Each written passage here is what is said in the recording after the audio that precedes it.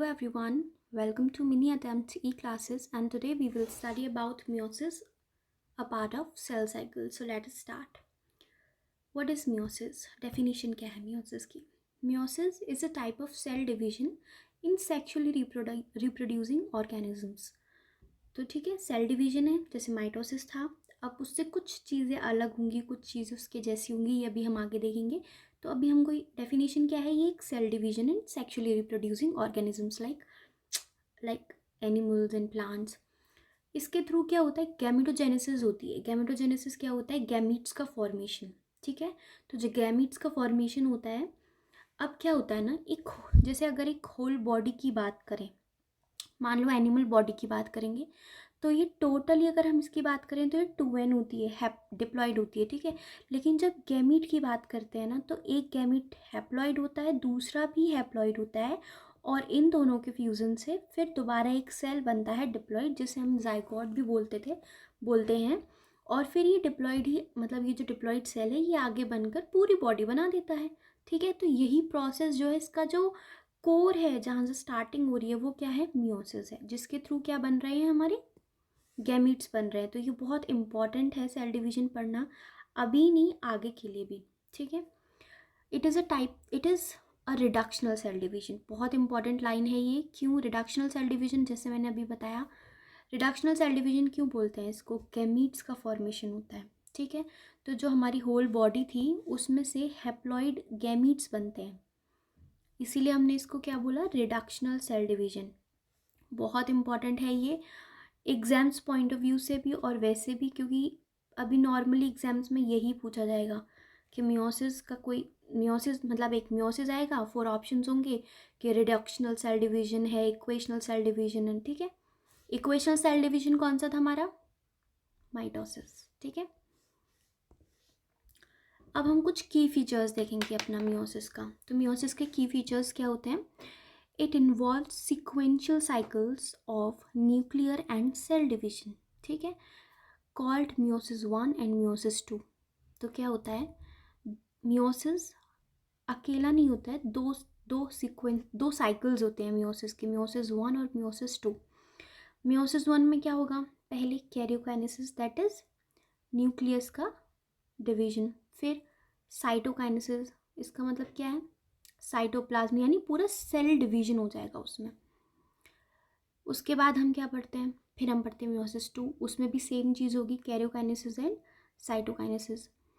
तो ये cycle follow ही होती रहती है मियोसिस में. सिक्वेंशियल साइकिल है ना, कि कैरियोकाइनेसिस, फिर साइटोकाइनेसिस, फिर कैरियोकाइनेसिस, फिर साइटोकाइनेसिस. इसीलिए हम इसको क्या बोल रहे हैं, sequential cycles of nuclear and cell division. But only single DNA replication takes place. तो क्या होता है, जब मियोसिस से पहले ही एक बार रेप्लिकेशन होता है, जिन भी, ठीक है, एक बार ही रेप्लिकेशन होगा और वही फिर बाद में यूज़ किया जाएगा. ऐसा नहीं होगा कि बार बार हर बार मियोसिस से पहले, मियोसिस 1 और मियोसिस 2 से पहले क्या होगा कि रेप्लिकेशन हो रहा है. नहीं, सिर्फ मियोसिस 1 से पहले रेप्लिकेशन होगा. जैसे हमारा नेक्स्ट लाइन भी कह रही है कि पेरेंटल क्रोमोसोम्स क्या होते हैं, रेप्लिकेट कर रहे हैं. रेप्लिकेट करना मैंने बताया था, रेप्लिकेट मीन्स कॉपी बना रहे हैं. ठीक है, तो जो पेरेंट क्रोमोसोम्स हैं, जिनके बीच में एक्सचेंज होगा, ठीक है, और ये इनके जो फिर जो रिजल्टेंट जीन बनेगा, वो फिर बच्चे में यानी डॉटर सेल्स में जाएगा. तो उसके लिए ये जो पेरेंट सेल्स हैं, अब ये क्या करेंगे, रेप्लिकेट करेंगे, अपने जैसे और कॉपीज़ बनाएंगे. मान लो इसने अपनी 2 कॉपीज़ बनाई, इसने भी अपनी 2 कॉपीज़ बनाई, फिर इनमें आपस में एक्सचेंज होगा. ठीक है, तो रेप्लिकेशन कौन होगा, रेप्लिकेशन कब होगी, जस्ट मियोसिस 1 से पहले. ओके, नेक्स्ट देखते हैं, pairing between non sister chromatids of homologous chromosomes. ठीक है, तो ये मुझे पता है कुछ इंपॉर्टेंट टर्म्स हैं जो कि अभी कंफ्यूजिंग लग रहे होंगे, तो इन टर्म्स के लिए हम इनकी डेफिनेशंस देखना और उनको समझना बहुत ज़रूरी है. तो देखते हैं कुछ इंपॉर्टेंट टर्म्स. सबसे पहले हम बात करते हैं क्रोमेटिन की. क्रोमेटिन क्या होता है, तो जब भी हम एक नॉर्मल सेल को देखेंगे, उसके न्यूक्लियस को देखेंगे अंडर लाइट माइक्रोस्कोप, तो वहाँ हमको क्या देखने को मिलेगा, न्यूक्लियस के अंदर ऐसा एक एंटेंगल्ड जेनेटिक मटेरियल प्रेजेंट होगा, उसको हम क्रोमेटिन बोल रहे हैं. ठीक है, एक और इम्पॉर्टेंट बात, chroma means inside the nucleus. Chroma confuse मत होइए, chrome means colour and chroma means inside the nucleus. So chromatin क्या होता है? Genetic material inside the nucleus. अब जेनेटिक मटेरियल की डेफिनेशन क्या है? जेनेटिक मटेरियल क्या होता है? Genomic DNA with proteins like histone proteins. Okay, chromatin देख लिया, क्रोमेटिन हमको समझ में आ गया, ठीक है। अब क्रोमेटिन जब कंडेंस होता है, कंडेंस ऐसे कि उसमें एक क्रोमोजोम के जो भी पार्ट हैं वो विजिबल हो जाए हमको, तो उसको हम क्रोमेटिड बोलते हैं। क्रोमेटिड की एक और डेफिनेशन हम क्या दे सकते हैं कि क्रोमेटिड क्या होता है? जो हमारा पूरा एक फुल फॉर्म्ड क्रोमोजोम होता है उसका हाफ क्रोमोजोम होता है। अभी मैं इस चीज़ को और अच्छे से एक्सप्लेन करूँगी, पहले हम क्रोमोजोम देखते हैं। तो क्रोमोजोम क्या होता है? वही chroma means, chromo means inside the nucleus and somes means body, ठीक है। तो chromosomes means bodies which are present inside the nucleus. Okay, structure inside the nucleus. Chromosome is made up of proteins and DNA organized into the genes. Proteins और DNA तो हमारा chromatin material भी था, पर हमने क्रोमेटिन और chromosomes को अलग क्यों बोला? हमने इसीलिए अलग बोला क्योंकि वो वहाँ एंटेंगल्ड फॉर्म में थे, हमको नहीं पता था कि ये कौन सा क्रोमोजोम है, ये कौन सा क्रोमोजोम है। We can not differentiate between chromosomes in the chromatin form, ठीक है। लेकिन क्रोमोजोम्स एक सिंगल क्रोमोजोम होता है, इसमें हमको उसके सारे पार्ट्स देखने को मिलते हैं और सब इसमें क्या होता है, जो क्रोमोजोम क्या होता है कि जीन पे ही हमारा डीएनए और प्रोटीन्स ऑर्गेनाइज्ड वे में लगे रहते हैं, उसमें हमको दिखता है, लेकिन क्रोमेटिन में नहीं दिखता। तो सिंपल हम डेफिनेशन पे फोकस करेंगे। Chromosome is made up of protein and DNA organise into genes, ठीक। क्रोमोजोम्स हमने समझ लिया। अब क्रोमोजोम का अगर मैं डायग्राम बनाऊं तो क्रोमोजोम का डायग्राम हम कैसे बनाते थे? ये हमारा सेंट्रोमियर, कुछ ऐसा स्ट्रक्चर कहीं तो देखा होगा, ठीक है। तो ये जो स्ट्रक्चर है इसको हम क्रोमोजोम बोलते हैं। और ये जो क्रोमोजोम होता है ना, इसमें अगर सिर्फ इसकी बात करें, इस क्रोमेटिड की बात करें, ये जो हाफ पार्ट है एक क्रोमोजोम का, जो हाफ पार्ट होता है उसको हम क्या बोल रहे हैं? क्रोमेटिड। तो इस क्रोमेटिड की अगर हम बात करें तो ये अपने क्रोमोसोम का क्या है? हाफ। तो हमारी डेफिनेशन क्या हो गई क्रोमेटिड की? It is one of the two half of a chromosome, halves of a chromosome, ठीक। क्रोमेटिड हमको समझ में आ गया। अब the most important term of this chapter is homologous chromosomes, ठीक है। होमोलोगस क्रोमोसोम क्या होता है? तो जो पेरेंट क्रोमोसोम है जिसके बीच में एक्चुअल एक्सचेंज होना है, पेयरिंग होनी है, पहले पेयरिंग होगी फिर एक्सचेंज होगा, ठीक है। तो ये जो दोनों क्रोमोसोम्स होते हैं इनको आपस में हम क्या बोलते हैं? होमोलोगस। ये क्या है आपस में? होमोलोगस। तो होमोलोगस क्रोमोसोम्स की एक डेफिनेशन है या कहीं कुछ कैरेक्टरिस्टिक फीचर होते हैं। तो क्या फीचर होते हैं कि ये दोनों क्रोमोसोम पे क्या होगा? सेम सीक्वेंस होगा जीन का, ठीक है। जैसे हमने एलेनिन का सीक्वेंस कोडॉन क्या पढ़ा था? GCU। एलेनिन का नहीं, मतलब नॉर्मली कैसे GCU, UCG ऐसा कोडॉन होता है। तो इधर सेम, दोनों साइड क्या होना चाहिए? सेम होना चाहिए, पहली बात। दूसरी बात, अगर हम किसी जैसे हमने मान लो किसी जीन की बात कर रहे हैं तो वहाँ क्या होना चाहिए? अगर हमने हाइट के जीन की बात की है तो अगर यहाँ हाइट का जीन है तो इसमें भी इधर ही हाइट का जीन होना चाहिए, यानी कि लोकेशन ऑफ जीन, यानी लोकाई। जो हम लोकेशन ऑफ जीन है उसको हम क्या बोलते हैं? लोकाई। दोनों की लोकाई सेम होना चाहिए, ठीक है। और क्या होना चाहिए? सेंट्रोमियर की लोकेशन, अगर इसमें सेंट्रोमियर की लोकेशन इधर है तो इसमें भी इधर होनी चाहिए। एक्सप्लेन करती हूँ। जैसे एक ये क्रोमोसोम हम पहले से बनाया हुआ था और एक क्रोमोसोम ये है। अब मैं कहूँ ये दोनों बराबर में है, सेंट्रोमियर सेम क्या होना चाहिए? लोकेशन ऑफ सेंट्रोमियर सेम होना चाहिए दोनों में। और क्या होना चाहिए? जीन सीक्वेंस सेम होना चाहिए और लोकाई यानी लोकेशन ऑफ जीन। तो ये तीन बहुत इंपॉर्टेंट चीज़ें हैं होमोलोगस क्रोमोसोम्स के लिए। क्या क्या चीज़ें हैं चलो याद करते हैं। Gene sequence, location of gene and centromere location. ये तीनों बहुत इंपॉर्टेंट चीज़ें हैं जिसको पता होना चाहिए, ठीक है। लेकिन एक चीज़ जो डिफरेंट होती है वो क्या है? अलील, ठीक है, हो सकता है आप लोग को अलील ना पता हो, तो अलील के बारे में बताती हूँ। अलील क्या होता है? जैसे हमने फिनोटाइप और जीनोटाइप पढ़ा था। जीनोटाइप क्या होता था? जीन्स के बारे में, ठीक है। लेकिन फिनोटाइप क्या होता था कि वो कैसा रिप्रेजेंट कैसा कर रहा है, जो जीन जीन था वो कैसा दिख कैसा रहा है, उसको हम फिनोटाइप बोलते थे। तो यहाँ एलील का क्या मतलब, जैसे हाइट है, हाइट शॉर्ट भी हो सकती है और लॉन्ग भी हो सकती है, तो वो डिफरेंट फॉर्म्स, एक ही जीन के टू डिफरेंट फॉर्म्स, इसको हम एलील बोलते हैं, ठीक है। तो जैसे अगर मैंने हाइट की बात की है, तो हाइट लॉन्ग भी हो सकती है और शॉर्ट भी हो सकती है, ठीक है। तो अगर ये दोनों क्रोमोसोम हैं और यहाँ पे इसके हाइट प्रेजेंट है और इधर भी सेम लोकेशन पे इधर भी हाइट प्रेजेंट है, तो ज़रूरी नहीं है दोनों में सेम ही एलील होगा। यानी ज़रूरी नहीं है इधर लॉन्ग और इधर भी लॉन्ग होगा, हो सकता है इधर लॉन्ग और इधर शॉर्ट हो, ठीक है। ये दोनों डिफरेंट हो सकता है, सेम हो, पर ऐसा कुछ ज़रूरी नहीं है। They may be different, they may differ, ठीक है। लोकेशन हमने देख लिया, होमोलोगस क्रोमोसोम हमने देख लिया। अब हम बात करेंगे साइनेप्टोनीमल कॉम्प्लेक्स, जो आपको सबसे ज़्यादा सुनने को मिलेगा। तो साइनेप्टोनीमल कॉम्प्लेक्स क्या होता है? बहुत सिंपल, आपको बहुत सिंपल तरीके से देखना है इसको, साइनेप्टोनीमल कॉम्प्लेक्स को। उसके नाम पर मत चाहिए, साइनेप्टोनीमल कॉम्प्लेक्स। नाम तोड़ते हैं पहले। साइनेप्टो, साइनेप्टो मीन्स साइनेप्सिस हो रही है और इधर कॉम्प्लेक्स है, ठीक है। तो ये कॉम्प्लेक्स कैसा है? प्रोटीनेशियस, बस इतना याद रखना है, प्रोटीनेशियस कॉम्प्लेक्स है, इतना बहुत है, प्रोटीनेशियस कॉम्प्लेक्स है। अब इसका काम क्या है ये देखते हैं। तो प्रोटीनेशियस कॉम्प्लेक्स है और इसका काम क्या है? ये क्या करता है, जो दोनों होमोलोगस क्रोमोसोम्स हैं इन दोनों के बीच में पेयरिंग करवाता है और फिर रिकॉम्बिनेशन करवाता है। रिकॉम्बिनेशन क्या होता है? एक्सचेंज। तो एक प्रोटीनेशियस कॉम्प्लेक्स बनता है इन दोनों के बीच में, यहाँ पे एक कॉम्प्लेक्स बनेगा ऐसे करके, वो इन दोनों को पेयरिंग भी करवाएगा और फिर रिकॉम्बिनेशन यानी एक्सचेंज भी करवाएगा। जैसे मैंने इस डायग्राम में शो किया हुआ है, जैसे हाइट का मैंने दिखाया, हाइट का जीन सेम पोजीशन पे प्रेजेंट है। इन दोनों में एक, इन दोनों के बीच में एक प्रोटीनेशियस कॉम्प्लेक्स फॉर्म हुआ है, इसको हमने साइनेप्टोनीमल कॉम्प्लेक्स बोला है। बस, आपको लगे ये टर्म्स डिफिकल्ट थे? चलो हम आगे देखते हैं अब। हाँ, हम क्या बात कर रहे थे? पेयरिंग, हम कुछ की फीचर्स की बात कर रहे थे।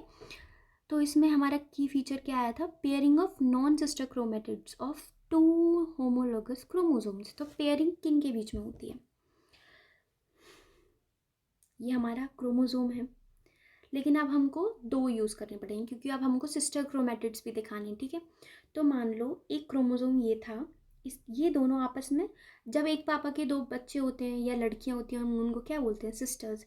तो ये सेम क्रोमोसोम के दो स्ट्रैंड्स हैं, हम इनको क्या बोलते हैं? दो क्रोमेटिड हैं ये आपस में, लेकिन आपस में क्या है? ये सिस्टर हैं, तो हम इनको क्या बोलेंगे? Sister chromatids. ये भी सिस्टर क्रोमेटिड्स, पर ये आपस में तो सिस्टर नहीं है ना। तो अब ये दोनों क्या हो गई? Non sister chromatids. तो जो होमोलोगस क्रोमोसोम्स हैं उनकी नॉन सिस्टर क्रोमेटिड्स के बीच में क्या होगा? रिकॉम्बिनेशन।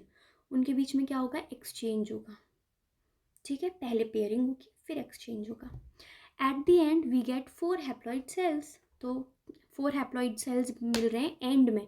ये हम पूरा पूरा जो भी साइकिल है कैसे बना ये हम आगे देखेंगे, लेकिन हमको ये याद रखना है, भूलना नहीं है ये। अगर हैप्लॉइड कब होना है? जब बॉडी डिप्लॉयड है। ये रट के नहीं बैठना। अगर क्वेश्चन में पूछा है कि 4n बॉडी है तो बताओ मियोसिस के बाद कितना, मतलब नंबर ऑफ एन पूछेंगे, वो नंबर ऑफ क्रोमोसोम पूछेंगे, तो आप ये नहीं बोलोगे, एन नहीं लिख कर आओगे। आपको बस क्या करना है? हाफ करना है, ठीक है। सेल्स 4 होंगे पर क्या करना है? हाफ करना है, ठीक है। जैसे मान लो 6n बॉडी आई, 6n बॉडी आई, आपने क्रोमोसोम नंबर हाफ करना है, बस 3n। जो भी सेल्स हमको मिलेंगे वो कैसे मिलेंगे? 3n सेल्स मिलेंगे, ओके। तो बस reductional division, divide by half, divided by half. अब हमारा इंट्रोडक्शन ख़त्म हो गया, की फीचर्स ख़त्म हो गए। अब हम एक्चुअल अपना मियोसिस पे आते हैं।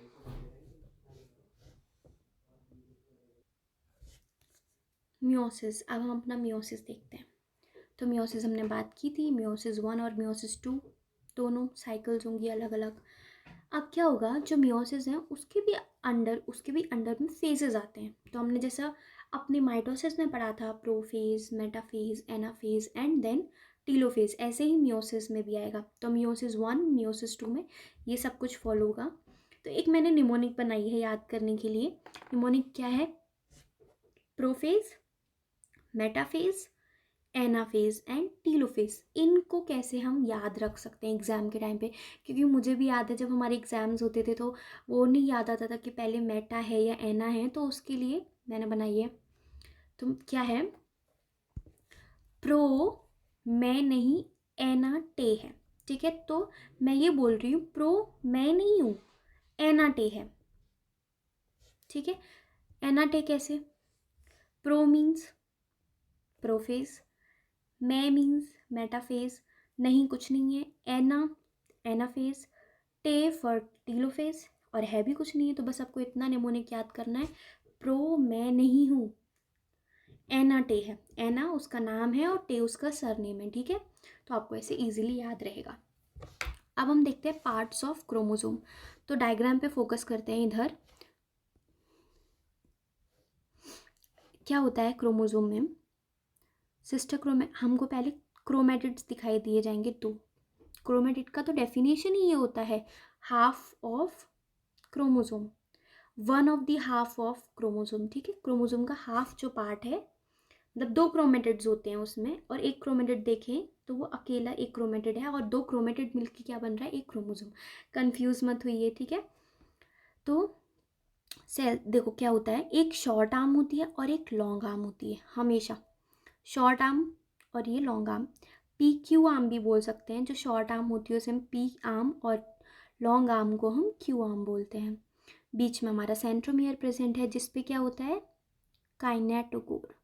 काइनेटोकोर की बहुत इंपॉर्टेंस है, हमने माइटोसिस में भी देखा था। काइनेटोकोर पे आके हमारे माइक्रोट्यूब्यूल्स जो कि स्पिंडल फाइबर्स से आते हैं, वो आके अटैच होते हैं। जब ये इक्वेटोरियल प्लेट पे आते हैं, फिर उसके बाद पोल्स तक लेकर जाएंगे। ठीक है, और इनके एंड में टीलोमेयर होते हैं। टीलोमेयर का बहुत इंपॉर्टेंट रोल होता है क्रोमोसोम्स के लिए, क्योंकि अगर टीलोमेयर्स ने डिवीजन करना बंद कर दिया तो chromosomes will never divide, will never replicate. तो टीलोमेयर्स का बहुत इंपॉर्टेंट रोल होता है। ओके, तो let us start our meiosis 1।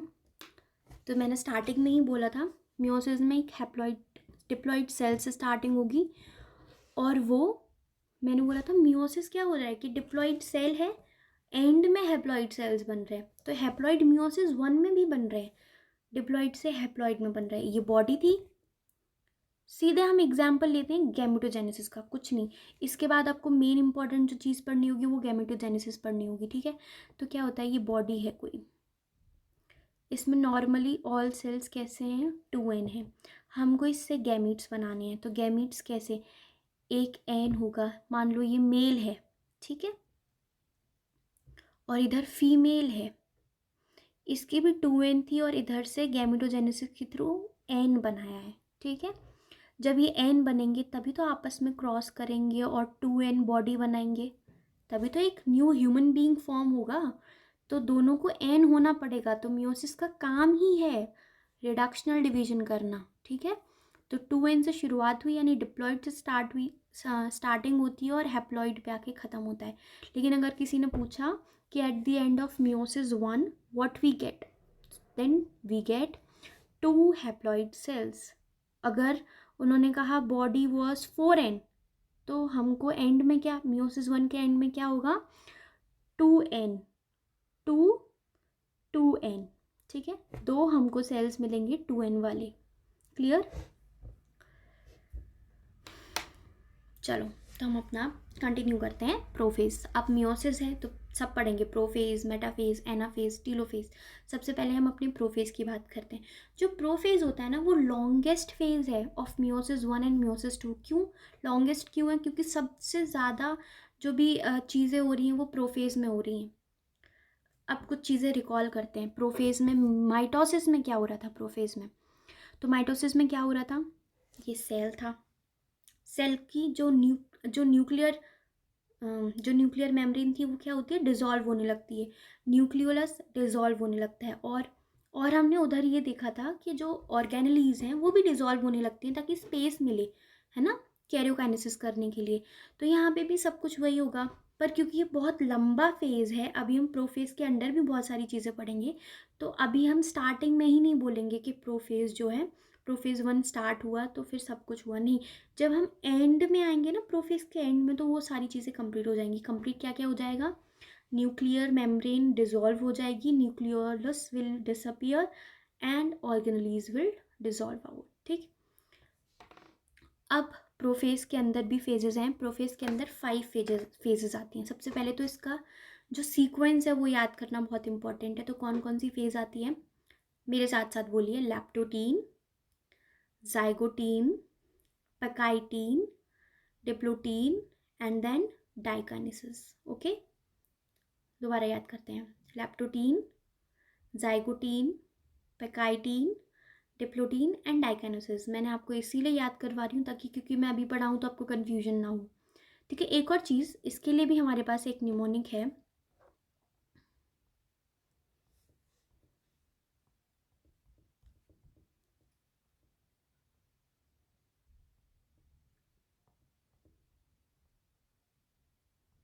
ठीक है, निमोनिक तो नहीं याद, लिखा नहीं है पर याद है। लेजी हम बना सकते हैं, lazy for leptotene and zygotene. Then comes pachytene, lazy papa, lazy papa या प्रतीक, पीयूष, कुछ भी, लेजी पापा। तो पकाइटीन आ गया, दे से डिप्लोटीन और दो से डाइकाइनेसिस, दे दो। तो बस आपको सीक्वेंस याद करना है, ठीक है। मतलब निमोनिक याद करना ना करना इज़ नॉट इम्पॉर्टेंट। इम्पॉर्टेंट क्या है कि हमको एंड में सीक्वेंस याद होना चाहिए। अगर आपको ऐसे ही याद होता है तो कोई ज़रूरत नहीं है निमोनिक की, और आप भी निमोनिक बना सकते हो, ठीक है। तो अब हमारा एक्चुअल जो मियोसिस है वो है प्रोफेज 1, जिस पे सब कुछ डिपेंड करती है। तो इस बहुत ध्यान से सुनिएगा, यहाँ पे आपकी सारी चीज़ें क्लियर हो जाएंगी। तो प्रोफेज हमने पढ़ा। अभी हम लैप्टोटीन, सबसे पहले क्या आ रहा है, लैप्टोटीन। लैप्टोटीन के बारे में बात करते हैं। तो lepto means thin and tene means ribbon. तो लैप्टोटीन में जब हम माइक्रोस्कोप, लाइट माइक्रोस्कोप के अंदर देखते हैं तो लैप्टोटीन में हमको क्या दिखाई देता है, थिन रिबन लाइक स्ट्रक्चर्स दिखाई देते हैं, ठीक है। थिन थ्रेड्स हमको दिखाई देती हैं। अब क्योंकि ये प्रोफेज है और जो स्टार्टिंग है, तो हमें यहाँ पे कैसे दिखाई देंगे क्रोमोजन्स, क्रोमेटिन के फॉर्म में, लेकिन वो अभी अभी कंडेंस होना स्टार्ट करेंगे, ठीक है, क्रोमेटिड बनाने लगेंगे। तो लैप्टोटीन में क्या होगा, अभी हमको कंडेंसेशन और कॉम्पैक्शन होगा अभी क्रोमेटिन मटेरियल का। जैसे हम प्रोफेज, अभी क्योंकि ये प्रोफेज है ना, तो जो भी कुछ प्रोफेज में हो रहा था वो यहाँ पे भी होगा, ठीक है। तो लैप्टोटीन में क्या हो रहा है, condensation and compaction of the chromatin material, जिसके बाद क्या बनेगा, क्रोमोसोम। तो लैप्टोटीन बहुत सिंपल स्टेज है। ओवरव्यू क्या है कि अगर हम सेल को देख रहे हैं तो यहाँ क्या होगा, एंटेंगल्ड फॉर्म में क्रोमेटिन मटेरियल फॉर्म होगा, और जो एंटेंगल्ड क्रोमेटिन मटेरियल है वो स्टार्ट करेगा कंडेंस होना और कॉम्पैक्ट होना, कंडेंस एंड देन कॉम्पैक्ट, ठीक, जिसकी मदद से हमको क्रोमोसोम्स देखने को मिलेंगे। बहुत सिंपल स्टेज है लैप्टोटीन, ठीक है।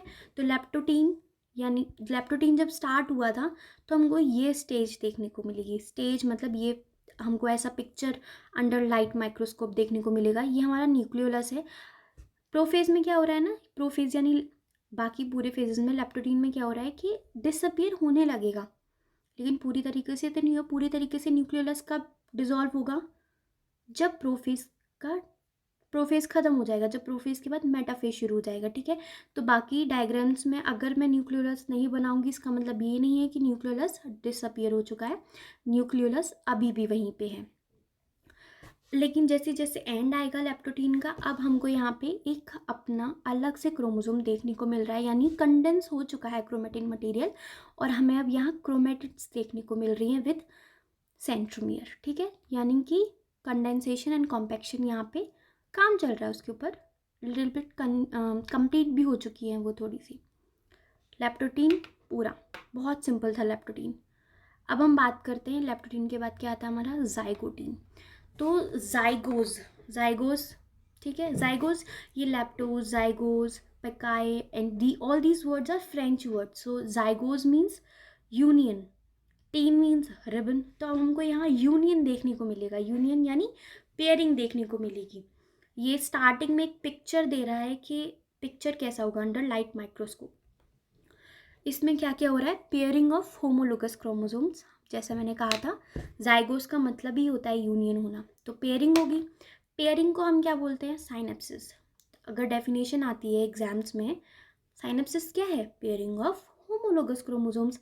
हमेशा बात होमोलोगस क्रोमोसोम्स की जाएगी, क्योंकि उन्हीं दोनों के बीच के मैंने कैरेक्टरिस्टिक बताई थी, जिनके बीच में एक्सचेंज होगा, जिनके बीच में पेयरिंग होगी, वो हमेशा होमोलोगस क्रोमोसोम्स होंगे। ठीक है। फॉर्मेशन ऑफ साइनेप्टोनीमल कॉम्प्लेक्स, ठीक है, मैंने बताया था, क्या बताया था, दो होमोलोगस क्रोमोसोम्स हैं, ओके। अगर इनके बीच में एक्सचेंज होना है तो उसके लिए क्या होना होगा, सबसे पहले पेयरिंग होगी, फिर एक्सचेंज होगा, और इस एक्सचेंज में हेल्प कौन करेगा, साइनेप्टोनीमल कॉम्प्लेक्स। साइनेप्टोनीमल कॉम्प्लेक्स क्या था, एक प्रोटीनेशियस कॉम्प्लेक्स था ये, ठीक है, प्रोटीनेशियस कॉम्प्लेक्स था जो कि मीडिएट कर रहा था हमारे क्रोमोसोम्स को पेयरिंग करने में, यानी साइनेप्सिस करने में, एंड रिकॉम्बिनेशन करने में। रिकॉम्बिनेशन मतलब एक्सचेंज ऑफ देयर जीन्स, ठीक है। साइनेप्टोनीमल कॉम्प्लेक्स देखने को मिलेगा। Synaptonemal complex is formed by a pair of synapsed homologous chromosome is called bivalent और टेट्रावेलेंट। अब एक नया टर्म आ गया, इसको भी सीखना पड़ेगा। तो क्या होता है, इधर डायग्राम में देखते हैं, ये एक नॉर्मल क्रोमोसोम है, ये भी नॉर्मल क्रोमोसोम है, पर हमें ये देखने को मिला है दो एक ही लोकेशन पे दोनों का सेम जीन प्रेजेंट है। इधर भी कलर का जीन प्रेजेंट है और इधर भी कलर का जीन प्रेजेंट है, ठीक। अब ये दोनों क्रोमोसोम्स के बीच में पेयरिंग होनी है, और इसको बोलेंगे कि इन दोनों के बीच में अगर पेयरिंग होनी है, और इनकी किस्मत अच्छी थी कि सेम लोकेशन पे प्रेजेंट है वही जीन, तो अब एक प्रोटीन वाला कंपाउंड बनेगा, प्रोटीन का कॉम्प्लेक्स बनेगा इन दोनों के बीच में, जिससे इनकी पेयरिंग हो जाएगी। अब दो चीज़ें एक साथ है तो पेयरिंग ही बोलेंगे ना, जब शू एक साथ होते हैं दो तो हम क्या बोलते हैं, अ पेयर ऑफ शूज़। तो ऐसे ही ये भी है, तो पेयर बन गया यानी साइनेप्सिस हो गई, ठीक है। और ये किसने करवाई, साइनेप्टोनीमल कॉम्प्लेक्स ने, तो पेयरिंग करवाई। अब पेयरिंग के बाद क्या होगा, जब ये पेयरिंग हुई तो अब हम इस पूरे स्ट्रक्चर को देखें तो अब हम इसको क्या बोलेंगे, बाईवेलेंट या टेट्राड। बाईवेलेंट क्यों बोल रहे हैं, क्योंकि इनमें दो क्रोमोसोम्स प्रेजेंट है। और टेट्राड क्यों बोल रहे हैं, क्योंकि इधर 4 क्रोमेटिड्स प्रेजेंट है, ठीक है, समझ में आया। बाईवेलेंट हमने क्यों बोला, because of 2 different chromosomes. Tetrad क्यों बोला, क्योंकि यहाँ 4 क्रोमेटिड है। क्लियर। तो जाइगोटीन में हमने क्या देखा, जाइगोटीन में मेन क्या होता है, पेयरिंग होती है, यानी साइनेप्सिस होती है, और पेयर सिर्फ अभी पेयरिंग हुई है, ठीक है, अभी पेयरिंग हुई है। जाइगोटीन में यही इंपॉर्टेंट है कि सिर्फ पेयरिंग होती है, और पेयरिंग क्यों हो रही है, साइनेप्टोनीमल कॉम्प्लेक्स की वजह से। और साइनेप्टोनीमल कॉम्प्लेक्स की वजह से जब पेयरिंग हो जाती है तो इन दोनों को हम क्या बोलते हैं, टेट्राड या बाइवेलेंट। टेट्राड इसलिए बोलते हैं क्योंकि 4 क्रोमेटिड हैं, और हमने इसको बाइवेलेंट क्यों बोला, क्योंकि 2 क्रोमोसोम्स होते हैं, ठीक है, इजी था। डायग्राम भी है, डायग्राम मैंने जो ऊपर समझाया वही है डायग्राम में भी, और कुछ नहीं है। यहाँ पे मैंने और अच्छे से एक्सप्लेन किया हुआ है कि साइनेप्टोनीमल कॉम्प्लेक्स कैसे बना हुआ है। ये प्रोटीनेशियस कॉम्प्लेक्स है, और दो ये नॉन सिस्टर क्रोमेटिड्स हैं ऑफ 2 होमोलोगस क्रोमोसोम्स। ये आपस में क्या है, होमोलोगस क्रोमोसोम्स है, ठीक। और ये दोनों आपस में हैं क्या, non sister chromatids, okay. Zygotene complete. अब हमारा पकाइटिन की बारी है। पकाइटिन में देखते हैं अब क्या क्या होता है। अभी तक क्या हुआ है, सिर्फ पेयरिंग हुई है, अभी कुछ और नहीं हुआ, पेयरिंग हुई है। पकाइटिन क्या होता है, पकाई means thick and tene means ribbon. Thick ribbons will be visible under the light microscope. इसका क्या मतलब है, अब क्योंकि हमने देखा बाइवेलेंट का फॉर्मेशन हो चुका है, या हम बोलें टेट्राड का फॉर्मेशन हो चुका है, बाइवेलेंट या टेट्राड का फॉर्मेशन हो चुका है। तो अगर हम माइक्रोस्कोप में देखेंगे तो जब दो चीज़ों की डिस्टेंस कम हो जाती है तो हमको दूर से देखने में वन लगता है, वो है ना, एक ही चीज़ लगती है। पास से देखते हैं, जूम इन करते हैं, तभी तो पता चलता है अलग अलग दो पॉइंट्स थे, इसीलिए बोला थिक है। ठीक है, तो थिक रिबन्स हमको देखने को मिलेंगी इधर पे काइटिन में। During this stage the 4 chromatids of each bivalent chromosome become distinct and clearly appears A tetrad. तो जो हमने बोला था कि इधर जाइगोटीन में टेट्राड देखने को मिलेगा, तो जो क्लियरली विजिबल अगर हम बोलेंगे ना तो वो पेकाइटिन में होगा। फॉर्मेशन हो चुका है लेकिन विजिबल नहीं होगा। ठीक है, तो वो विजिबल कब होगा अच्छे से, पेकाइटिन में। तो ये बहुत इंपॉर्टेंट पॉइंट है। क्या कहना चाह रहा है ये कि जो विजिबल है क्लियरली अपीयर कब होगा, वो टेट्राड्स क्लियरली विजिबल कब होंगे, पेकाइटिन में। बहुत इंपॉर्टेंट पॉइंट है ये। Recombination nodules will be seen. तो रिकॉम्बिनेशन नोड्यूल क्या होता है, सबसे पहले हमको रिकॉम्बिनेशन जानने की ज़रूरत है। तो रिकॉम्बिनेशन क्या होता है, एक्सचेंज होना, ठीक है, क्रॉसिंग ओवर होना, क्रॉसिंग ओवर की वजह से एक्सचेंज होता है, उसको हम रिकॉम्बिनेशन नोड्यूल बोलते हैं। कि जब अगर मान लो हाइट का ये जीन है और जब इनके बीच में क्रॉसिंग ओवर होता है, क्रॉसिंग ओवर मतलब एक्सचेंज होगा, ये वाला जीन इधर आ जाएगा और ये वाला जीन इधर आ जाएगा, ठीक है। तो जिस जगह पे होना होता है ना उसको हम रिकॉम्बिनेशन नोड्यूल्स बोलते हैं। पहले एक दूसरे के ऊपर आएंगे ये, तो इस चीज़ को हम इस चीज़ के फॉर्मेशन को हम क्या बोलेंगे, recombination nodule. Here crossing over यानी exchange of genetic material occurs between two homologous chromosomes with the help of recombination। जो मैंने बोला कि रिकॉम्बिनेशन नोड्यूल क्या होता है, इधर ये वो लोकेशन है जहाँ पे क्रॉसिंग ओवर होगा, okay, with the help of a enzyme called recombinase. ठीक है, रिकॉम्बिनेज एंजाइम की मदद से।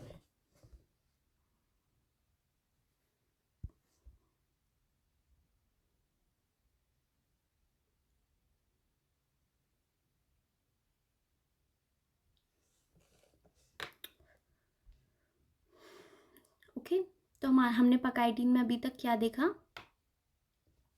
रिकॉम्बिनेशन हुआ है।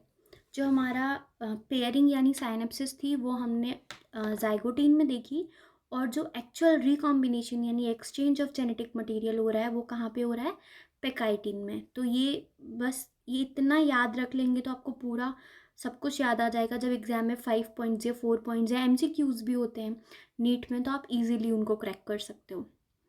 ये स्टेज है ये पेकाइटिन की, रिकॉम्बिनेशन नोड्यूल का। ये क्या हो रहा है, क्रॉसिंग ओवर हो रही है यानी रिकॉम्बिनेशन हो रहा है इधर। तो हमने देखा ये जो ग्रीन वाला क्रोमोसोम था, ये ग्रीन क्रोमोसोम, ब्लू क्रोमोसोम और ये सेंट्रोमियर्स है। तो ये जो ग्रीन वाला क्रोमोसोम है और जो ब्लू वाला क्रोमोसोम है, इसने कुछ पार्ट आपस में एक्सचेंज किए हैं, ठीक है। और इस एक्सचेंज करने को ही हम क्या बोल रहे हैं, क्रॉसिंग ओवर या रिकॉम्बिनेशन। अब डिप्लोटीन की बात करते हैं। पेकाइटिन तक क्रॉसिंग ओवर हो चुका है। अब इसके बाद जो भी कुछ होगा ना, तो जो भी अभी डिप्लोटीन या डाइकाइनेसिस में क्या होगा, जो भी कुछ अभी तक पेकाइटिन तक हुआ है, अब इस चीज़ को, इन दोनों क्रोमोसोम्स को अलग किया जाएगा। अब हम इसके बारे में पढ़ेंगे। तो डिप्लोटीन में क्या होगा, सबसे पहले ये रिकॉग्नाइज कैसे कर सकते हैं, recognised by dissolution of the synaptonemal complex. तो जो दोनों होमोलोगस क्रोमोसोम्स के बीच में साइनेप्टोनीमल कॉम्प्लेक्स बन रहा था, अब इसका डिसोल्यूशन स्टार्ट हो जाएगा, ठीक है। तो डिप्लोटीन में हमको क्या देखने को मिलेगा, dissolution of synaptonemal complex. The homologous chromosome of bivalent separate from each other except site of recombination. तो क्या हो रहा था, ये क्रोमोसोम था, ये भी क्रोमोसोम था, ये एक्सचेंज कर रहे थे एक दूसरे से, ठीक है, ऐसे क्रॉसिंग ओवर चल रही थी। तो अब क्या होगा, ये दोनों दूर होने लगेंगे accept at the point of, या रिकॉम्बिनेशन नोड्यूल पे जहाँ पे क्रॉसिंग ओवर हुआ है, एक्सेप्ट उस पॉइंट के ये दोनों अलग हो जाएंगे, ठीक है। और इसकी वजह से एक स्ट्रक्चर फॉर्म हो रहा है जिसको हम क्या बोल रहे हैं, कियाज्मेटा। एक्ट शेप्ड स्ट्रक्चर फॉर्म हुआ, कियाज्मेटा। समझ में आया। डिप्लोटीन बहुत सिंपल था, क्या था इसमें, साइनेप्टोनीमल कॉम्प्लेक्स जो इन दोनों के बीच में फॉर्म हुआ था वो डिसॉल्व होने लगा है। और ये जो दोनों, जो बाइवेलेंट फॉर्म हुआ था ना, जो बाइवेलेंट फॉर्म हुआ है, ये दूर होने लगेंगे accept eight recombination site. Recombination nodule या रिकॉम्बिनेशन साइट, उसकी जगह ये दूर, बस वहाँ से अलग नहीं होंगे, बाकी ये अलग जाएंगे। उसकी वजह से एक स्ट्रक्चर फॉर्म हुआ, उस स्ट्रक्चर को हम क्या बोल रहे हैं, chiasmata. Egg shaped structure is formed known as chiasmata. तो ये उसका रिकॉग्निशन, मतलब अंडर लाइट माइक्रोस्कोप जब हम उसको देखेंगे तो एग शेप्ड स्ट्रक्चर हमको दिखाई देगा। इन oocyte of some vertebrates diplotene can last for few months two years. ठीक है, तो कुछ वर्टिब्रेट्स में होता है कि ये डिप्लोटीन स्टेज बहुत टाइम तक रहती है।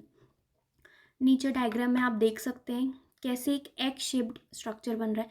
ये क्रोमोसोम हमारा थोड़ा छोटा रह गया, नहीं तो नॉर्मली हम कैसे बोलेंगे इसको, ऐसे करके, एक क्रोमोसोम ये था और एक क्रोमोसोम ये था। ठीक है, इन दोनों के बीच में क्रॉसिंग ओवर हुआ था, तो क्रॉसिंग ओवर के बाद में मान लो ये रेड होगा, ये ब्लू होगा। तो सबसे पहले हम रेड बना लेते हैं अपना, ये सेंट्रोमियर, ये दोनों क्रोमेटिड्स बन गई हैं। अब ब्लू वाला बनाते हैं, ऐसे क्रॉसिंग ओवर हुआ। ठीक है, जो ब्लू वाला है इसका कुछ पार्ट इस पिंक ने ले लिया है। ठीक है, देखते हैं अभी, ये ब्लू था, इसका कुछ पार्ट किसने ले लिया, पिंक के साथ इसने एक्सचेंज कर लिया। ठीक है, और इसने, पिंक ने ब्लू के साथ एक्सचेंज कर लिया। Okay, understood. तो क्रॉसिंग ओवर हो गई। तो बस इस साइड के अलावा हम अभी तो ये मान के चल रहे हैं कि मान लो इधर तो एक्सचेंज हुआ ही नहीं, सिर्फ इधर एक्सचेंज हुआ है। तो अगर सिर्फ ऊपर एक्सचेंज हुआ है, ठीक है, तो कुछ इस तरीके का स्ट्रक्चर फॉर्म हुआ है, इसी को हम एग शेप्ड स्ट्रक्चर बोल रहे हैं, जैसे ये। ठीक है ना, तो ये मान लो बस हमारा थोड़ा सा छोटा रह गया है, इस तरीके से फॉर्म हुआ है। अब लेकिन अगर आप इसको देख रहे हो तो क्या है, एग शेप्ड स्ट्रक्चर फॉर्म हो गया, कियाज्मेटा। तो डिप्लोटीन का क्या कैरेक्टरिस्टिक है, कियाज्मेटा फॉर्म हो चुका है। ठीक है, सॉरी, हमको हमारा निमोनिक मिल चुका है, लेजी पाचू दिल दे चुका है, इसकी हम अभी आगे बात करेंगे। डिप्लोटीन में क्या हुआ, डिप्लोटीन में हमने देखा कि साइनेप्टोनीमल कॉम्प्लेक्स अलग हो गया, मतलब डिसॉल्व हो चुका है, और एक एग शेप्ड स्ट्रक्चर फॉर्म हो चुका है, यानी कियाज्मेटा। डाइकाइनेसिस, जो कि लास्ट स्टेज है हमारे प्रोफेज में, लास्ट फेज है प्रोफेज 1 में, इसके बारे में देखते हैं इसमें क्या हो रहा है। This is marked by the terminalisation of chiasmata. तो जो कियाज्मेटा था उसका भी दी एंड हो जाएगा, ये भी यहाँ से हटेगा। During this phase the chromosome fully condense and the meiotic spindle is assembled to prepare the homologous chromosomes for separation। ठीक है, तो क्या होगा अब इस स्टेज में, ये दोनों जो क्रोमोसोम्स, इन दोनों के बीच में जो एक्सचेंज हुआ था, ये सेपरेट हो जाएंगे। ठीक है, और ये फिर क्या होंगे, फुली कंडेंस हो चुके हैं। अब तक हमने माइटोसिस में पढ़ा था ना, कंडेंसेशन कॉम्पैक्शन ऑफ क्रोमेटिन। ठीक है, तो प्रोफेज, पूरा प्रोफेज होता है, लेकिन हमारा जो प्रोफेज है वो 5 फेजेस में डिवाइडेड है ना। तो एंड का फेज डाइकाइनेसिस है, तो स्टार्टिंग लेप्टोटीन से लेकर डाइकाइनेसिस तक ये पूरा टाइम लेगा अपना कंडेंसेशन और कॉम्पैक्शन होने में। तो अगर हम बोलेंगे कि condensed, the most condensed chromatin is found in which stage of prophase 1, तो वो क्या होगा, डाइकाइनेसिस, क्योंकि वो एंड का स्टेज है। By the end the nucleolus disappears and the nuclear membrane breaks down. तो मैंने स्टार्टिंग में क्या बोला था, प्रोफेज 1 की, प्रोफेज 1 का सबसे फर्स्ट जो हमारा फेज था वो लेप्टोटीन था। तो उसमें जो चीज़ हो रही थी, उसमें क्या हो रहा था, nucleolus will start to disappear, the nuclear membrane will start to dissolve. ठीक है, तो इस स्टेज तक, प्रोफेज के एंड स्टेज तक, यानी डाइकाइनेसिस तक, वो कंप्लीटली डिसॉल्व हो चुके होंगे, न्यूक्लियर मेम्ब्रेन डिसअपियर हो चुकी होगी। It represents transition to metaphase. अब प्रोफेज 1 कंप्लीट हो चुका है, तो उसके बाद मेटाफेज ही आएगा, तो ट्रांजिशन है अभी मेटाफेज के लिए। कंप्लीट, हमने ये देख लिया कि एक्सचेंज हो चुका है। अभी तक हमारे जो जेनेटिक जो क्रोमोसोम्स थे उनके बीच में एक्सचेंज हो चुका है। ठीक है, लेकिन इतना ही तो नहीं इम्पॉर्टेंट है, अभी तो एक्चुअल सेल डिवीजन भी होना है, अभी तो प्रॉपर पूरा कैरियोकाइनेसिस होनी है, फिर सेल डिवीजन होना है पूरा, अभी तो कुछ भी नहीं हुआ। तो अब मेटाफेज आएगा, प्रोफेज 1 के बाद मेटाफेज 1 आएगा। तो मेटाफेज 1 में क्या होगा, the bivalent chromosome align on the equatorial plate. तो बाईवेलेंट, बाईवेलेंट क्यों बोला हमने, जिन दोनों के बीच में एक्सचेंज हुआ था ये बाईवेलेंट ही तो थे, वो अब एक दूसरे को इक्वेटोरियल प्लेट पे खुद एक मतलब अपने आप को इक्वेटोरियल प्लेट पर अलाइन कर लेंगे। अगर मान लो ये इक्वेटोरियल प्लेट है तो यहाँ वो एक दूसरे को अलाइन कर लेंगे, और क्या होगा, जो स्पिंडल फाइबर्स थे, जो स्पिंडल फाइबर है वहाँ से माइक्रोट्यूब्यूल निकलेगा, और जो एक ये दोनों आपस में होमोलोगस क्रोमोसोम है, इनके सेंट्रोमियर पे काइनेटोकोर पे आके अटैच होगा। ठीक है, सेंट्रोमियर के काइनेटोकोर पर आके अटैच होगा, इधर से नीचे वाले के लिए इधर और ऊपर वाले के लिए इधर। ठीक है, डायग्राम में भी देख सकते हैं, ये रहा हमारा स्पिंडल फाइबर,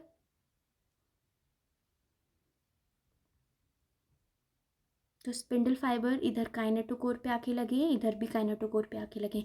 ठीक है, the microtubules from opposite poles of spindle attach to kinetochore of homologous chromosomes. ये दोनों आपस में होमोलोगस क्रोमोसोम थे, और जो स्पिंडल फाइबर से माइक्रोट्यूब्यूल आया था वो कहाँ पे आके लगा है, काइनेटोकोर पे। लेकिन अभी कुछ नहीं होगा, बस अलाइनमेंट है। क्या क्या हुआ मेटाफेज 1 में, पहले सबसे पहले जो होमोलोगस क्रोमोसोम्स थे, यानी जो बाईवेलेंट थे, जो बाईवेलेंट था वो खुद को अलाइन कर लेगा इक्वेटोरियल प्लेट पे, और microtubules will be attach to kinetochore. बस मेटाफेज 1 में इतना ही होगा। मेटाफेज 1 के बाद हमारा एनाफेज 1 आता है। एनाफेज 1 में क्या होगा, तो एनाफेज 1 में क्या हो रहा है, the homologous chromosome separate while the chromatid remains associated at the centromere. तो ये जो दोनों होमोलोगस क्रोमोसोम्स थे अब ये स्टार्ट टू सेपरेट होंगे। सेपरेट, अभी तक दूर नहीं हुए थे, साइनेप्टोनीमल कॉम्प्लेक्स ही डिसॉल्व हुआ था, पर ये तो थे ना आपस में, पास में थे ना, तो अब ये दूर होने लगेंगे, टुवर्ड्स द पोल जा रहे हैं। ये कहाँ जा रहे हैं, टुवर्ड्स द पोल। ठीक है, लेकिन अभी सिस्टर क्रोमेटिड्स तो साथ में ही है, attached with centromere at the centre. ठीक है, ये दोनों सिस्टर क्रोमेटिड सेंटर पे अटैच्ड है, बस होमोलोगस क्रोमोसोम्स दूर हुए हैं। ठीक है, तो एनाफेज 1 में क्या हुआ है, homologous chromosomes will separate and comes to the poles. ठीक है, डायग्राम में भी हम देख सकते हैं, ये दोनों आपस में ये दोनों आपस में होमोलोगस क्रोमोसोम्स जो थे ये ही अलग हुए हैं, बस ये हमारा इक्वेटोरियल प्लेट, ये दोनों अलग हो चुके हैं, और ये कहाँ पहुँच चुका है, पोल्स पे। अब हम बात करते हैं टीलोफेज 1 का। तो एनाफेज 1 में क्या हुआ है, बस होमोलोगस क्रोमोसोम सेपरेट हुए हैं और पोल्स पे पहुँचे हैं। और टीलोफेज 1 की बात करते हैं, the nuclear membrane and the nucleolus reappear. ठीक है, अभी मियोसिस 1 का एंड हो रहा है, टीलोफेज एंड का स्टेज है मियोसिस 1 का। तो मैंने बताया था कि इट इज़ मियोसिस क्या होता है, मियोसिस क्या है, sequential cycles of nuclear and cell division called meiosis 1 and meiosis 2। ठीक है, तो मियोसिस 1 और मियोसिस 2 अपने आप में एक, मियोसिस 1 अलग साइकिल और मियोसिस 2 अलग साइकिल। तो जो भी फेजेस स्टार्ट होंगे और एंड होंगे वो मियोसिस 1 में अलग होंगे और मियोसिस 2 में अलग होंगे। तो जहाँ से स्टार्ट हुआ था अब ख़त्म होने की बारी है, तो अभी सेल को उसी स्टेज में जाना है जैसा पहले था। जैसा पहले था वैसे, तो पहले कैसा था, न्यूक्लियस में न्यूक्लियर मेम्ब्रेन थी, न्यूक्लियोलस था। ठीक है, ये सब कुछ वापस आ जाएगा, और फिर इसके बाद क्या होगा, जो से एक्चुअल साइटोप्लाज्म था अब उसका भी डिवीजन होगा। न्यूक्लियस का डिवीजन हो चुका है, अब साइटोप्लाज्म का भी डिवीजन होगा, और जब साइटोप्लाज्म का डिवीजन हो जाएगा तो उसको ही तो हम सेल डिवीजन बोलेंगे। ठीक है, साइटोकाइनेसिस फॉलोज। ठीक है, टीलोफेज 1 को साइटोकाइनेसिस फॉलो करता है, और इसको हम डायड ऑफ सेल बोलते हैं। The stage between two meiotic divisions is known as interkinesis। ठीक है, तो जो दो मियोसिस हैं, यानी मियोसिस 1 और मियोसिस 2, इन दोनों के बीच का जो स्टेज होता है या गैप जिसको हम बोल सकते हैं, इसको हम इंटरकाइनेसिस बोलते हैं। और ये बहुत शॉर्ट लिव्ड होता है, बहुत छोटा गैप होता है, इसीलिए शायद बहुत जगह डिस्कस भी नहीं किया जाता। तो मियोसिस 1 के बाद आएगा इंटरकाइनेसिस, फिर इंटरकाइनेसिस के बाद क्या आएगा, मियोसिस 2 का क्या, प्रोफेज 1। इधर मियोसिस 1 का क्या होगा, टीलोफेज 1, और इधर प्रोफेज 1। ठीक है, हमारा मियोसिस 1 कंप्लीट हो चुका है। अब मियोसिस 1 कंप्लीट हो गया, या तो हम इसको अभी भी रोक सकते हैं, पर कोई नहीं, हम इसको आगे भी बढ़ते हैं, क्योंकि अभी मियोसिस 1 ख़त्म हुआ है तो हमको क्या मिला है एंड में, यहाँ देखते हैं। ये टीलोफेज है। टीलोफेज में क्या होगा, यही चीज़ है, बस साइटोप्लाज्म का डिवीजन होगा टीलोफेज के बाद में। ठीक है, तो अब क्या चीज़ है, देखो ये एक सेल फॉर्म हो गया अलग। अगर हम इसकी बात करें टीलोफेज में, यहाँ एक ऐसा सेल फॉर्म हो जाएगा, यहाँ ये डायग्राम यहाँ होना चाहिए। ठीक है, ये दोनों सेल बन गए, एक ये सेल है और एक ये सेल है। तो यहाँ पे अगर हम देखें, क्या ये 2 क्रोमोसोम है यहाँ पे? नहीं ना, एक ही क्रोमोसोम है। यहाँ भी एक क्रोमोसोम है, यहाँ पे भी, और यहाँ पे भी एक एक एक। तो हम इसको हैप्लॉइड बोलेंगे ना। क्यों? क्योंकि पेयरिंग नहीं है, यहाँ पे पेयर में क्रोमोसोम प्रेजेंट नहीं है, सिंगल सिंगल क्रोमोसोम है ना। सिंगल सिंगल क्रोमोसोम है, हमने क्यों बोला, देखो भी जब डिवीजन से पहले, ये देखो हमारे मेटाफेज में 2 क्रोमोसोम्स थे 1 सेल में। अब देखो ये 1, एक ही सेल तो था मेटाफेज में जो स्टार्टिंग हो रही थी, तो एक ही सेल में तो ये 2 क्रोमोसोम्स प्रेजेंट थे ना, यानी ये जो पेयरिंग थी वो एक ही सेल में थी ना, पेयर जो था। तो उस टाइम पे ये डिप्लॉइड था, लेकिन एंड में क्या हुआ, एक ही क्रोमोसोम प्रेजेंट है, तो हमने इसीलिए तो इसको हैप्लॉइड बोला। तो eight the end of meiosis 1 क्या होगा, हमको 2 haploid sales will be obtained, okay, at the end of meiosis 1। meiosis 1 के एंड में हमको क्या मिला, 2 हैप्लॉइड सेल्स मिले हैं। तो meiosis 1 खत्म हो गया। अब हम meiosis 2 के बारे में देखेंगे कि meiosis 2 में क्या क्या चीज़ें हो रही हैं। In contrast to meiosis 1, meiosis 2 resembles mitosis. तो जैसे हमने माइटोसिस में देखा था, इक्वेशनल डिवीजन होता था, जो पेरेंट में क्रोमोसोम के नंबर होते थे वही डॉटर सेल्स में भी होंगे। ठीक है, यानी कि अगर पेरेंट हैप्लॉइड था तो डॉटर सेल्स भी हैप्लॉइड होंगे, अगर पेरेंट डिप्लॉइड था तो डॉटर सेल्स भी डिप्लॉइड होंगे। ठीक है, मियोसिस 2 है, वही सब कुछ होगा, प्रोफेज 2, मेटाफेज 2, एनाफेज 2, टीलोफेज 2। ठीक है, सब कुछ सेम होगा, बस नंबर ऑफ क्रोमोसोम्स डिफरेंट होंगे। वहाँ पे हम बात करते थे होमोलोगस क्रोमोसोम्स की, और यहाँ हम बात करेंगे सिस्टर क्रोमेटिड्स की। ठीक है, बस इतना ही डिफरेंस होगा जिस चीज़ पे हम फोकस करेंगे। तो सबसे पहले हम प्रोफेज 2 को देखते हैं। प्रोफेज 2, अब हुआ क्या था ना, वो सेल डिवीजन कंप्लीट हो गया मियोसिस 1 का। अब ये एक अलग सेल डिवीजन है मियोसिस 2, अलग साइकिल है। ठीक है, तो स्टार्टिंग में वही सब कुछ होगा, प्रोफेज है तो प्रोफेज में वही सब, क्या, न्यूक्लियर मेम्ब्रेन डिसअपियर होगी, स्टार्ट होगी डिसअपियर होना, वो एंड तक प्रोफेज में स्टार्ट, मतलब प्रोफेज जो है उसका काम ही है कि उसमें न्यूक्लियर मेम्ब्रेन डिसअपियर होगी, न्यूक्लियोलस डिसअपियर होगा, और जो सेल ऑर्गेनलीज हैं वो डिज़ोल्व हो जाएंगे।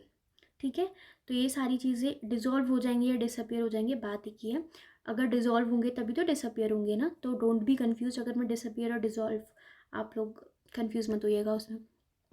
ठीक है, तो प्रोफेज 2 है, चाहे प्रोफेज 1 हो या 2 हो, काम तो एक ही है। न्यूक्लियर मेम्ब्रेन डिज़ोल्व होगी, न्यूक्लियोलस डिज़ोल्व होगा, ऑर्गेनलीज जो हैं वो भी डिज़ोल्व हो जाएंगी। ठीक है, और क्या होगा, जो क्रोमोसोम्स थे उनका कंडेंसेशन एंड कॉम्पैक्शन होगा। क्रोमेटिन जो है, क्रोमेटिन, ठीक है, जो जेनेटिक मटेरियल है, क्रोमेटिन मटेरियल है, उसका कंडेंसेशन एंड कॉम्पैक्शन होगा। ठीक है, तो हमने डायग्राम में देखा ये कि जो प्रोफेज 2 है,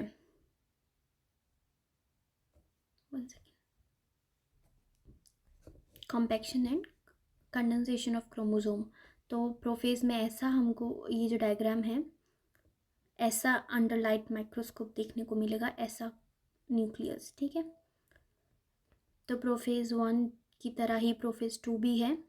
अब मेटाफेज 2 में क्या होगा, मेटाफेज 2 में क्या हो रहा है कि वही इक्वेटोरियल प्लेट पर आ जाएंगे हमारे जो भी क्रोमोसोम्स है, आ गए इक्वेटोरियल प्लेट पे, और क्या होगा, जो काइनेटोकोर होता है, kinetochore of centromere of the chromosome, वहाँ पे जो माइक्रोट्यूब्यूल्स थे वो आके अटैच होंगे, तो माइक्रोट्यूब्यूल्स अटैच होंगे काइनेटोकोर पर।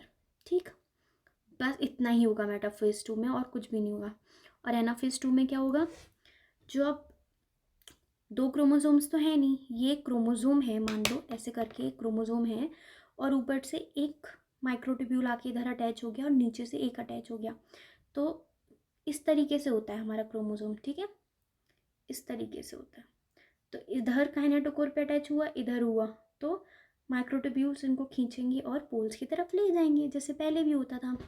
तो हमने मियोसिस 1 के एनाफेज में देखा था कि 2 होमोलोगस क्रोमोसोम्स अलग हो रहे हैं, यहाँ पे सिस्टर क्रोमेटिड्स अलग हो रही हैं, ठीक है, सिस्टर क्रोमेटिड्स अलग हो गई और वो पोल्स तक पहुंच चुके हैं।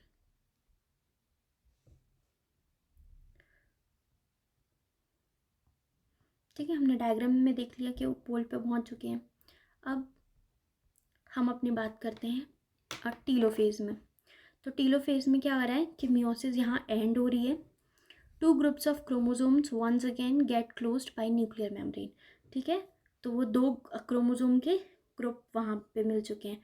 2 groups of chromosomes once again get closed by nuclear membrane, वही मतलब अब न्यूक्लियर मेम्ब्रेन वापस से आ जाएगी, न्यूक्लियोलस भी वापस से आ जाएगा, ऑर्गेनेलीज भी आ जाएंगी, और फिर उसके बाद क्या होगा, हमारा साइटोकाइनेसिस यानी सेल जो साइटोप्लाज्म उसका डिवीजन होगा, और फिर टेट्राड ऑफ सेल हमको देखने को मिलेगा।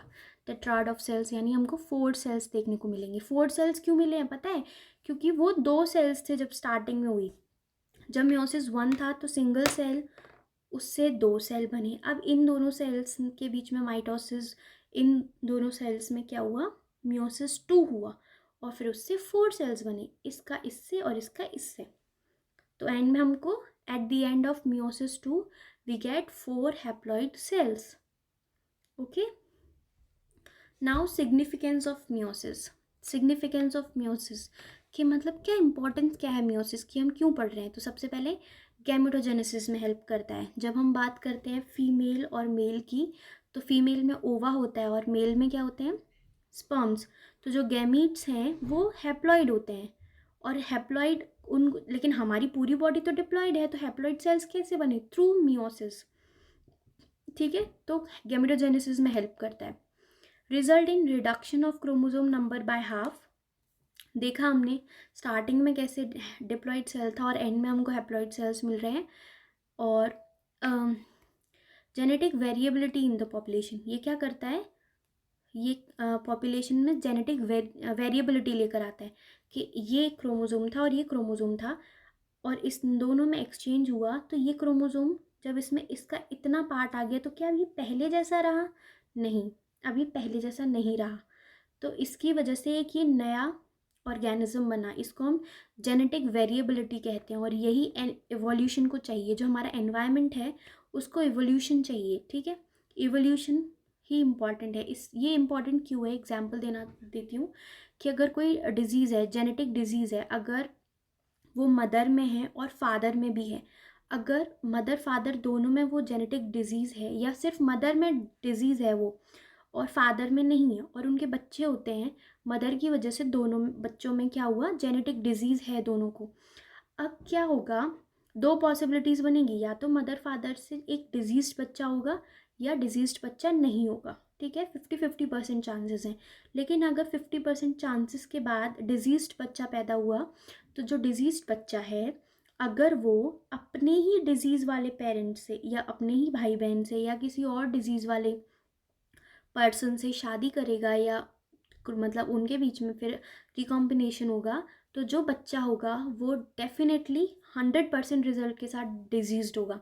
तो इसीलिए रिकॉम्बिनेशन चाहिए ताकि जो डिजीज़ हैं वो कम हो जाएं, ठीक है। इसीलिए एनवायरनमेंट को क्या चाहिए, एवोल्यूशन चाहिए। एवोल्यूशन कैसे आएगा, वेरिएबिलिटी ऑफ जेनेटिक मटेरियल से। तो यहीं पे हमारा मियोसिस कंप्लीट होता है।